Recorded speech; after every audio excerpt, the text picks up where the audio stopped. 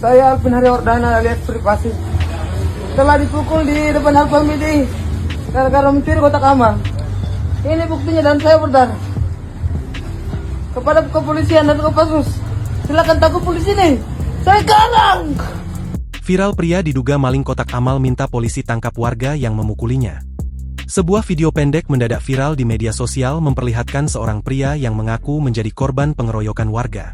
Pria yang mengidentifikasi dirinya berinisial AHW ini merekam kondisinya yang tampak terluka dan tanpa berpakaian sesaat setelah kejadian. Hal itu nampak dalam unggahan media sosial salah satunya akun Instagram @jabargram pada Minggu, 1 Maret 2025. Playing victim, seorang lelaki dipukuli warga setelah mengaku mencuri kotak amal, tulis keterangan pada unggahan. Dalam rekaman tersebut, pria itu menyatakan bahwa dirinya telah dipukuli oleh sekelompok orang di depan sebuah gerai minimarket. Alasan dibalik aksi massa tersebut diduga kuat karena pria ini tertangkap atau mengaku telah mencuri sebuah kotak amal. Sambil terduduk memegang kaos hitam, ia berteriak meminta keadilan. Ia secara spesifik meminta pihak kepolisian dan bahkan menyebut Kopassus untuk segera menangkap orang-orang yang telah main hakim sendiri terhadap dirinya. Saya telah dipukul di depan Alfamidi gara-gara mencuri kotak amal. Ini buktinya saya berdarah. Kepada kepolisian dan Kopassus, silakan tangkap polisi ini sekarang, ujar pria tersebut.